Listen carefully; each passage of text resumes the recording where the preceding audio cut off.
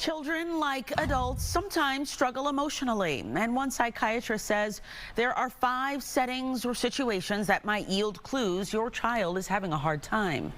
The Fox Medical Team's Beth Galvin has more on this. Dr. Suvrat Bhargave is a family psychiatrist, so about 2/3 of his patients are either children or young adults. And he talked about these 5 common settings and situations where parents or caregivers may notice that a child is emotionally struggling.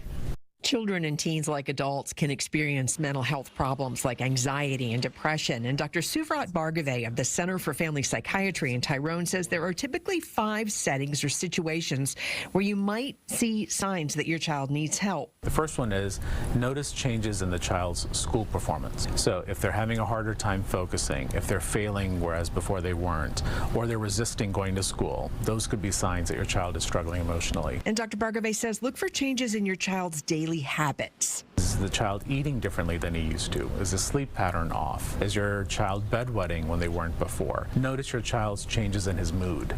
So when mood is off, some people become more irritable, they have more mood swings, they have higher levels of anxiety or anger, and then others become more isolative and they want to be to themselves. Another sign your child might be struggling? Changes in their behaviors.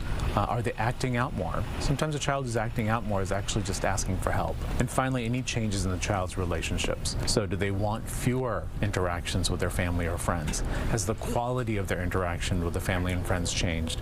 Or are they trying to avoid social activities altogether?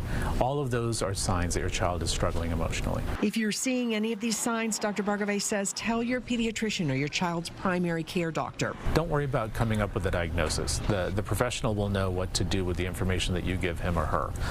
And then they will perhaps be able to guide you as to who the next person will be.